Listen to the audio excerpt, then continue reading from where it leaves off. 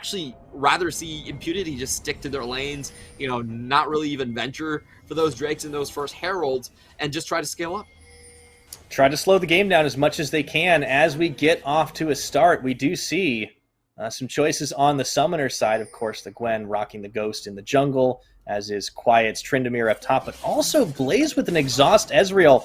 And, well, so much for slowing things down. Taco got a little bit gutsy by dashing the wall here, but he did have faith as his back. Yeah, not really a risky move whatsoever. Just trying to check out where Diana is going to start here. I feel like for both of these teams, we're not going to see a lot of action. Their junglers really don't pack any crowd control earlier on, so no ganks whatsoever. And just looking at the lanes, that should be a slight advantage to the Orianna and the Graves earlier on. Really nicely done here by CFO clearing that ward. A thing to mention about this is if you only have 2 people joining the ward clear, you can actually hit level 2 in your solo lanes on the first wave. So that's something to pay attention to. We could be seeing a big trade here if the EXP was shared in a certain way.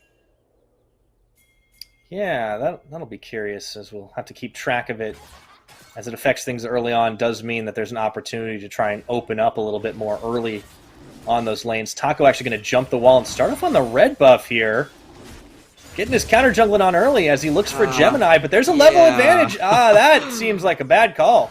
Yeah, this is not the move from Taco here. That was extremely costly play right here, because if you look at the solo lanes, both of them were actually getting pushed in, as we mentioned, and Gemini just happened to start on the Raptors. A pretty common clear that we've seen from Diana, as it does allow her to go red side, and she does have good AoE as well with her passive in that queue, so just not a very good start from Taco. Extremely risky start right there, and you just get duly punished. Ooh. Oh boy, Koala gonna get jumped on here as Kralix. Once again, these Nautiluses today have just been fantastic. Blaze trying to stay alive through it, will be able to do it, has to burn his flash, all summoners down, but Impunity get first blood, Clement. I know, that was so ridiculous on the back end of that trade. You could see Atlan with a Severum right there, able to face tank 2 level 2 champions plus a couple of minions and still come out ahead. That's I don't think that's supposed to happen, but, you know, that's just Aphelios for you. Let's watch this 200 years of collective game design. This yeah, is Blaze, ridiculous. I love this. You could see the exact moment when Blaze goes, wait, no, I'm out. Yeah, he did not expect the PTA there, so there was a small burst of damage. And to be fair, Blaze was actually pretty low HP, but unfortunately for Blaze, he actually loses the flash on the back end of the trade. Overall, still a win for Impunity, but, you know, could have gone a little bit better. So Impunity are the ones that are pulling the trigger on early plays. One, very ill-advised, does not work out. The other one, costly, but still ends up with a kill in favor of the AD carry. Taco going to have a little bit of a rough time on this red buff to start things off. As you mentioned, set a little behind. He has the smite, you're right. He's okay. Back to Krugs, let's go. This time, Scissors beats Rock. One of the few times that actually happens. You know, you wouldn't be able to pull that off with my cousins and stuff like that, but for Taco, it does work out. And we should see him just full clearing to level 6. I do expect both of these junglers to be doing that. For Alex, in the meantime, I wonder what he's trying to do here. It's kind of an interesting having a bit of a giggle. Yeah, he doesn't really have anywhere to go here, so I guess he's all I can think of is he just wants to give Blaze a bit of solo XP. I mean, if there is a tactical decision behind it, I don't know. Sometimes I also like to make fun of my jungler for no reason. That's true. I feel like but I'm toxic, so he just doesn't have anywhere to go, so he's just making sure that at least, you know, Diana's not gonna pop over the wall or something. So yeah, maybe it's a protect thing, yeah. And in the meantime, we do have the lanes as we expected. Rust doing pretty well for himself, and Orianna coming up to a big CS lead. Kind of normal in these lanes. So I feel like CFO is going to be able to, at some point, just leverage this into the first Herald. I think that's going to be the next point of contest for these two teams. And with both solo lanes pushing, they should get it relatively easy. Yeah, shouldn't be too much of a problem for them. As you mentioned, though, Impunity do want to, like, overall, they wanted to slow things down a little bit. They've gotten a little bit of an edge for themselves, but it doesn't mean too much. However, you know, there's a lot of game to go before they get to that power spike, before they get to the level where they can really execute that triple dive. So they've calmed down for just a moment. I am a little worried about when Taco will become relevant, because he did kind of set himself back. Level 6, I don't know how big the experience gap is going to be, but I would certainly wager that Gemini will be the first one to be able to get an active hand in any of these lanes. The two big plays that are coming up, I think, are both on CFO side. The Herald #1, and the second big play is Diana hitting level 6 first. Taco, in terms of the EXP, he should be behind. We see him about 1 camp there. And interestingly enough, Gemini's not even going to wait. He's just going straight in. Yeah, they're going to go for it as they've caught on to Kralix and look for a little revenge. Gemini is going to be able to make that kill happen at level 5, looking for Blaze now. He may not have the Moonfall, but he's certainly got a lot of damage. Yeah, he's just trying to leash off the wave, and that's going to be the first trade going directly towards them as well. You know, Mission has this wave completely shoved in. I don't see Taco being able to get in here. He doesn't have that level 6 jet just yet, so I don't even think he could go for a steal. Doesn't even have the flash, so just has to walk away. This is a good play for CFO. I mean, I don't think the expectation was really there that Diana was going to be able to do much pre-6. Sometimes just going a little against the expectation throws people off enough to where you can make the play. CFO getting a little bit of an advantage in the gold, also picking up that Infernal Dragon. Faith a little behind on not only farm, but also his health bar here, and Koala sniffing around to see if he could do something about it. Very difficult for Rise to walk up against this wave here. They want to dive this. I don't think they have the damage just yet. Yeah, they're going to call this one off. It's a little bit dangerous for them. I think just zoning is good enough. They should be able to take the turret plate, and Koalas will be there for moral support and just in case something goes wrong. Yeah, get that one plate, walk away happy, just start to build those little advantages. And again, it is about getting out of this lane, getting into the mid game where you're going to have your power spikes, and you can just try to flex on Impunity. So far, so good. And this is a huge purchase here coming in from Diana. Let's see what she gets. Hits level 6 before Taco. Does get the Hextech Accelerator, and it's a good chunk of burst damage. We already see the pings going down. The top side is where Diana is going to be headed, and this should just be a Herald play right up. But we do see Kralix moving up there as well. So, interesting scenario right here. We actually are going to find ourselves in a 3v3 situation. A little bit of skirmishes. That's what we like to see here in the PCS. It's going to be the back away, though. However, for Kralix, not fully committing to this one. As you mentioned, Herald seems to be the item du jour here for the CTBC side. Gemini going to go ahead and clear through his camps. Meanwhile, Blaze a little bit locked up under tower down bottom side. They've been able to keep up in most of these lanes except the mid. And I think, as you mentioned, that's not too out of the ordinary for the Rise versus Orianna matchup. Yeah, the CS difference is a little bit worrying. Usually Rise, once he hits the level 7 mark, you know, he can wave clear a lot better. So really should be behind that far normally in this matchup. But being pushed in is generally considered the way things go. Now CFO are bringing their support here. So this is going to be a much more difficult contest. And I don't think Impunity should be able to start this one. Well, they are going to go for it here as Taco takes the initiative, but now in this 3v3, they're going to have to pull back a little bit.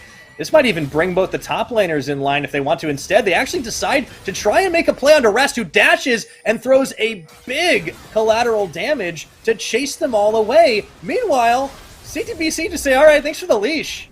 Yeah, kind of a low percentage play from Impunity there. I felt like they had a chance if they were going in on CFO that were starting the Herald, but them starting the Herald themselves, I feel like that kind of ran them out of options. Once again, Impunity are playing for the late game. Like, they don't even really need this Herald, they just need the Herald to not go terribly for them. So, a bit of a head scratcher, and they're trying to get that play back against Rest, who is completely fine.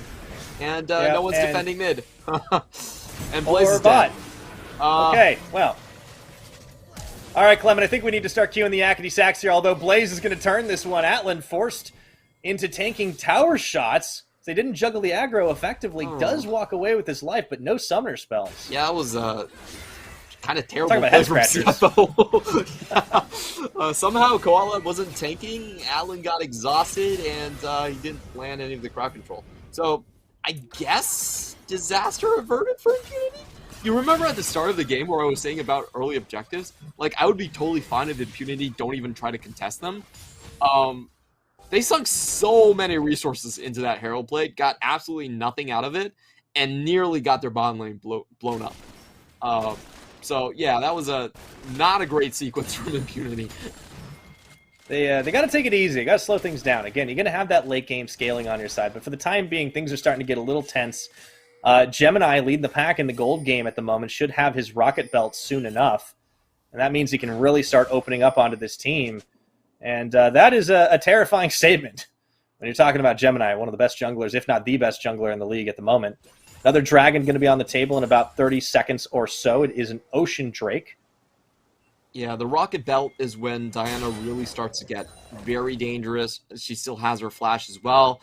And we could see the Orianna combo just go in onto the enemy very easily, where I feel like Faith is going to be the main target here. Doesn't have a lot of escapes there. And there's a sizable chunk of burst damage coming in. Like, the interesting thing about Impunity is in the late game where you do have your Hollowed Mist and you have your Undying Rage, the burst combination from CFO is actually not very effective. But in the mid phases of the game where just chunking your HP is enough, it's still going to be really deadly. Yeah, at the moment, not a whole lot Impunity can do. They're going to try and dive up onto the top side. Quiet is there to help take down Rest, and man, he really needs the Undying Rage. But they are able to stop it. Meanwhile, Blaze is trying to clear through as Koala was looking for a dive. Kralix does come back to the rescue, but this tower very low on bottom. They may have to cede control. Gemini solos out the Ocean Dragon at the same time. Yeah, this is exactly what I want to see from Impunity. They're trading away resources. They're saying, hey, you know what? They're probably going for Drake at this point. We're just going to go trade top lane. But unfortunately for them, their bottom lane is also leaking out a lot of resources here. So I think overall, if you look at the gold, CFO probably do get a little bit more out of it, but it's still Impunity actually trading rather than just giving up objectives. Yeah, at the moment, it's looking a little bit tough to try and do anything on the map, but they just need to lose not so fast. Yep. Maybe take it easy. Exactly, and you know, this is going a little bit fast for CFO. I think the two Drakes are... What? Ooh, Taco? Taco, yep, he knows he's a dead man. You can be immune in your mist, but you can't really stop anyone from getting in there. Yeah, when Diana can kind of just solo you inside your fist, there's yeah, that's the thing. Diana doesn't really care about Gwen, because you want to get in Gwen's face. Ooh, good flash out of Koala to stop what could have been a potential death on the support. As he overstepped his bounds a little bit, but really far push here. Oh boy. Yeah, I think the problem really is the Drake sack is coming in a little bit too fast now. So if you look at the timers, it's going to be about 20 minutes when CFO can get 20 minutes they can get Dragon Soul. So if I'm thinking about playing 1-3-1, that's a little bit too fast of a timer to contend with. I'm sitting at 1 mythic and half an item. That's not really when Tryndamere and I think Gwen wants to fight just yet. So the key thing for Impunity coming up in the next couple of minutes is definitely going to be trying to steal that Drake or trying to find a pick and allow themselves to get the Drake uncontested. Yeah, if they can get... I mean, we have seen some encouraging signs from some of the 5v5s that Impunity have pulled off in like the early and maybe like, you know, early mid-game. Question is, do they overall kind of have the ability? I feel like you need to go in with Quiet and Taco, take out a prio target like Atlan really quickly, or maybe neutralize Gemini, get him off Blaze and Faith. If you can do that, maybe they can win these fights, win these skirmishes, but they're focusing elsewhere on the map. In fact, they're stacking 3 topside at the moment, but nobody's there to take the bait. Yeah, I like the timer for this, so they're setting up for a Herald play that will allow them to open up these lanes a little bit more. The idea here is really good. Let's see if CFO fall for this, though. Koala doesn't have a flash. He doesn't, and he's going to try to get out of there. They will be able to take him down, even though he gets the Grail on, turning their target's attention immediately to Atlan. Teleport coming in for a little bit of relief. Do they have enough? Oh, Gemini's coming up huge, but Quiet says, oh, no, you don't. And they will be able to walk away with the win. And as Mission comes in for relief, they get out through the Rise escape. And this is what we wanted to see from Impunity, just delaying the tempo by setting up these plays. They know that CFO are done with the bot lane. It's way too pushed up. They can't send their bottom lane there. So they preemptively know and they can read that the bot lane is coming top in preparation of this Herald. This is an incredibly genius play from Impunity. Koala just burned a needless flash earlier. He gets tanked down by Kralix, and they also portion the crowd control so well here. The ultimate goes on Atlan, who is the next one to fall, and Quiet can survive through the burst onto Gemini. Just so well played here by Impunity. They get the kills. They slow down the Herald timing, and they also set up for some potential kills more into this Drake fight, as, you know, Gemini is not going to have his flash to engage here. Yeah, no, that was really good. All across the board. Safe escape using Faith's ultimate as well. And Krallick's really good on setting up not only that play, but the follow-up. And now Quiet's playing with some confidence as he chases Rest away from the CFO jungle. Yeah, there's not much that this Graves can do, even with the Hullbreaker right here. He is going into a 1v2. I just love the fact that all of our top laners are just like skipping Mythics and going Hullbreaker directly. It's the item's a little bit busted, a little bit too cost effective, and just a fun tidbit. In Mandarin, this item is actually called the Axe of the Orphan because it looks like you have no family members, you never get to see anyone, and you just split push your entire life. That is so sad. God. Yeah, it's sad, but it's also people like just really despising the item because of how. Honestly, it's kind of brain dead. Like you just kind of outvalue people and just shove them. Look, top laners have had to live without interacting with a whole lot of people for a long time. Clement, I feel like they deserve something stupid busted. But you know what? That's just me. That's just my biased Season 2 Singed main talking. Now you don't even have to interact with your lane opponent, so yeah, I guess it fits the... Oh, I never did, by the way. I just dirty farmed. Anyways, Shelly's doing work right now, by the way. CTBC want to speed things up, as they did get the Herald a little later than they would have liked. However, look what's going on down here. Taco and Quiet are going to try to cut down the Drake timer a little bit by taking out this mountain. Sure, they sacked some towers for it, but again, it's all about slowing it down just a little bit on the objective times. And honestly, that one was nice and safe and easy, considering no one could react to it. I actually like this play from Impunity's side. I feel like they got the better side of the trade here, as long as they don't get anyone caught by Gemini. Slowing down that that extra 5 minutes to get everyone to farm up a little bit more is massive for champions like Gwen. She's going to be able to get that Omni-Vamp Mythic down as well. So yeah, I actually think that, you know, this is really well handled by Impunity, and this is what we're saying, that Impunity is not the team that blows up early game anymore from 2021 summer. Yeah, no, this is a really good start. I almost want to say this might be the closest anyone's really been able to keep it to CTBC. I mean, Meta Falcon team, of course, and Frank Esports opening the week, they both got beaten about 24 minutes apiece. We saw earlier Sem9 getting kind of ran over by this squad. I don't know. Maybe we're seeing a challenge here from Impunity. It's early to say, but there is a timer on this game clock that Impunity will find favor them the more this game goes on. And they have slowed it down a little bit. They're making the meta plays. They're making the trades. They're no longer doing these weird, let's go ahead and scrap with you for no reason. And they're patient. This is not the Impunity of summer. You're absolutely right. Yeah, they're doing a lot better in their lanes, and their coordination is much more fluid across the map. They still can't take a head-on fight with CFO right now. I still think they just need to do what they've been doing. You know, these are very long lanes. They can just pick up their towers. They're gonna have to give away their jungle, but it's fine on that point. They just want to make sure that Quiet is getting enough farm, and because Rest is going for the Hullbreaker, and he's also getting pushed in at the same time, he's actually not getting a lot of value from that item, you know? You don't get the bonus resistances when you are joining your team, so this is not a great look for Rest. Yes, he might have been okay in the early game, but now in this mid and late game where he's losing control of his own jungle, his item build is actually very inefficient.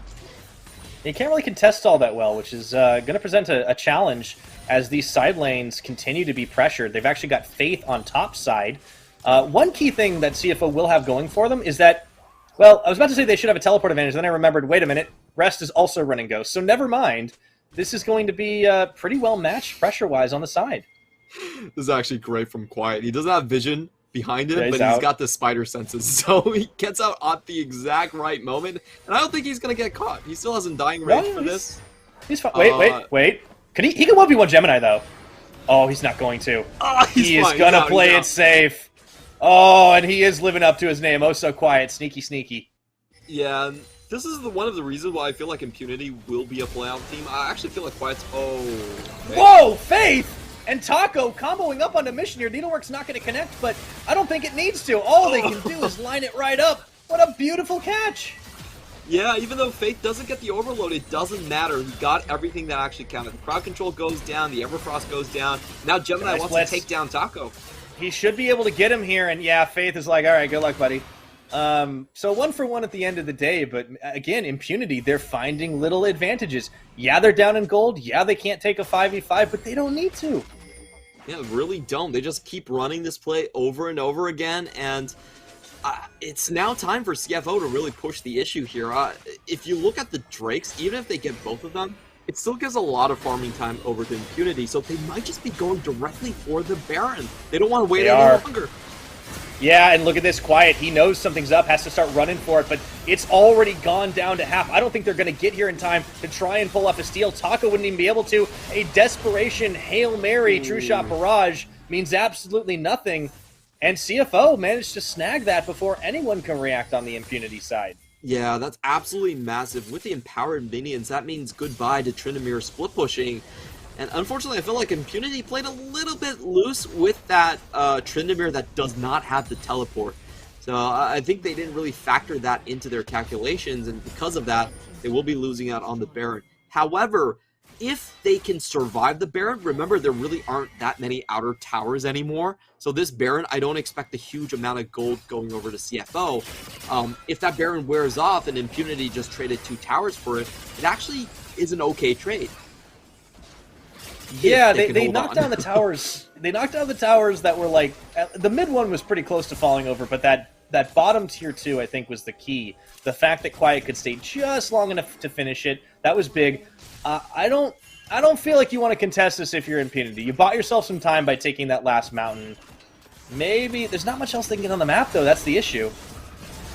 Yeah, I feel like they just do a ward clear journey to the top side. They know that no one's going to contest here. You pick up a couple pinks.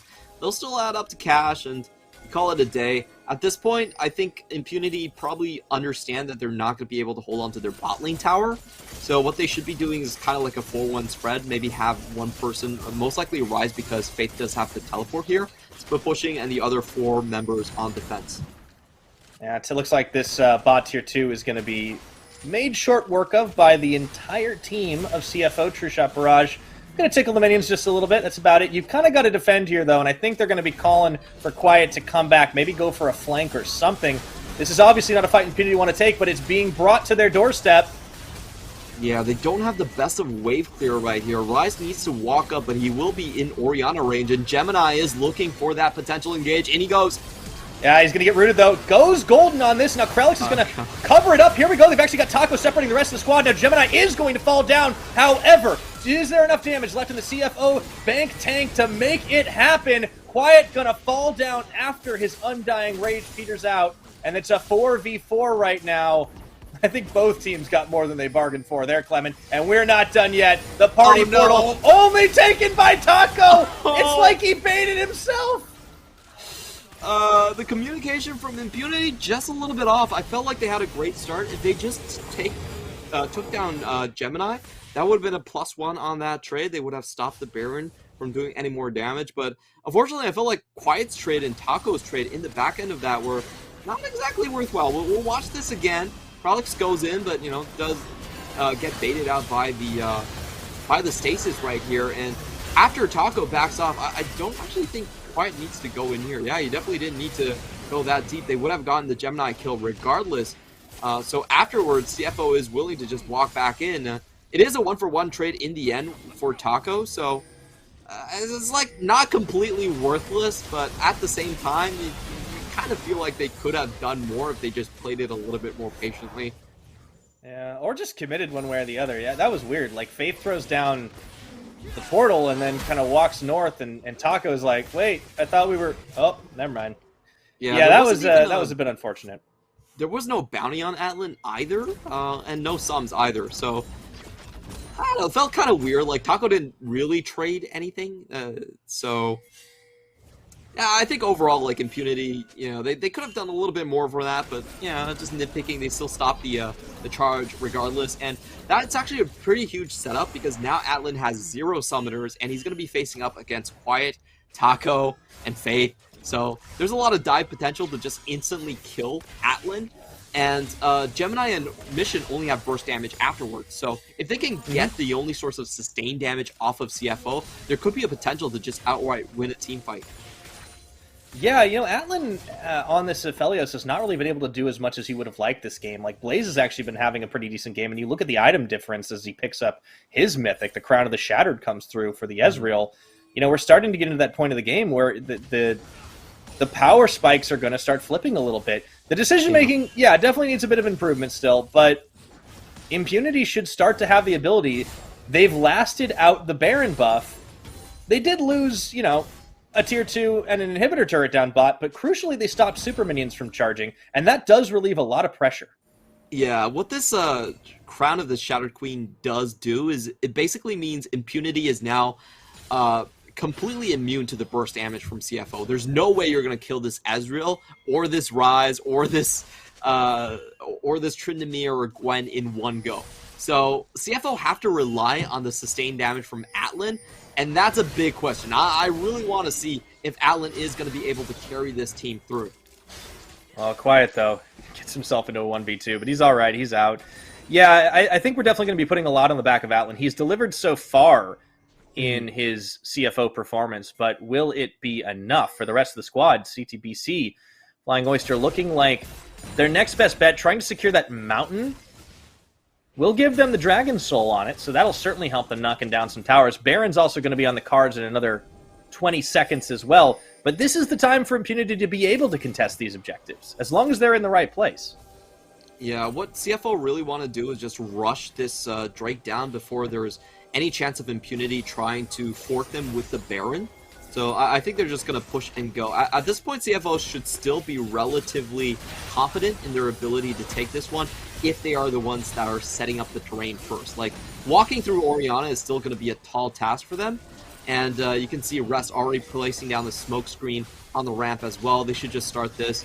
I think for Impunity, their move is actually to bait towards the top side, where the vision is going to be lacking for CFO. They are going to actually take the portal here, and they will start off on the Baron. The question is this a commitment or is this a feint? CFO have to react to it. There's a lot of damage. They will kind of give the game up, actually. They don't want to take a 5v5. Yeah, I don't think the direct Baron start was the play that was called for. I feel like they could have sort of waited and try to flank CFO as they walk in. But starting the Baron, they're not a fast Baron taking team. If you think about Ezreal, it's not really the kind of percent HP or sustained damage that you're looking for to enable that play. And CFO just called them on their bluff immediately. Yeah, they are not going to go for this one. Again, it's waiting for a little more time. You don't want to give the Baron away, but you certainly don't want to get yourself into a bad situation inside the pit while you're tanking damage and all the debuffs from the big purple worm. I did want to see just them hit 16. Flank from the banana brush, potentially. That opportunity was actually very good for Impunity because that was the moment where Atlan was still lacking both of his summoners. Unfortunately for Impunity, Atlan now has his flash back up, and that window kind of closes. Now it's CFO's turn to do the same and just set this 5v5 up for themselves. Should be feeling pretty confident in their ability to do it. Burst damage may not work necessarily well against the side of Impunity right now, but it will certainly work well against Baron Nashor, and they are already getting it down. 5,000, 4,000, 3,000. You got to go now if you want to make the play, and it's already too late. Smited down, teleport, they're going to go for the fight. Anyways, they do catch Mission to the back of the pit, and it looks like they are on top of him with the shockwave spent on 2. He's still going to flash his way out, but they take down Gemini and don't lose anyone just yet. That was a close call. CFO gets Baron on 4. Will they get out with everyone else? The answer seems yes. Yeah, it does look like they will make a pretty nifty escape right here. Gemini falling down was a little bit surprising for me. I feel like at this stage of the game he should have some sort of a stasis or like a stopwatch ready, but apparently he didn't really have it right there. It's very common to see the Zhonya's coming in as the third item, but maybe he just didn't click it in time, or maybe he wasn't able to flash out. We'll check in the replay what had happened here. I'm kind of surprised that Gemini would just go down like that in this stage of the game here. Mission did a really good job escaping the entire enemy team. You know, he gets the flash here, gets Quiet to fully commit to him, and then flashes out himself. So well done by Mission to escape everything. Let's watch how Gemini actually goes down here. Oh, Gemini's already dead. Bursted. He got bursted real fast. Yeah, and there you go. Yeah, he had the Zhonya's the whole time, but he just didn't click it in time. Okay. Well, guess it happens. Now we Yeah, you know, every once in a while, Wilder. we just can't hit the button fast enough. I think it can take these with both of his summoners up. I don't think he wants to. Yeah, he knows that there is probably more enemies in his own jungle, so he is just going to go back to a defensive posture here. Rest is going to be able to get this push on, and this is what CFO game plan is going to be. Let's go for pushing as hard as possible. Get that Baron power play in the positive. They've also got the Mountain Soul. This is about as strong as you're going to get because the scaling starts to take over after a matter of time. This is already one of the longest games, the longest game I believe that CFO have had to face in the PCS Spring Split. Blaze taking a little bit low here as they try to defend the tower, but Taco and Kralix will cover for the time being. Shockwave is going to get spent, but it only pulls in Kralix. And that's a crucial cooldown that, at least for a little bit, they wanted to worry about on the Impunity side. Yeah, 3 ultimates for 2 here, and Impunity using 1 more, but they will get it quickly back from Blaze. The problem now is that Blaze is really very close to being bursted down. Oh, Kralix! He just gets deleted. They're going to bring Ryze to the back. They have to go. This is the time. However, they get just yoinked in as Atlan goes into stasis himself and baits the rest of the team. The desperation trigger is pulled. But unfortunately, it's Impunity that gets shot in the foot. Yeah, the timing on that play was a little bit off. I think Kralix going in just a little bit early, and the rest of the bruisers are super easy to focus down. The support is dead. Didn't really get the crowd control down, and even with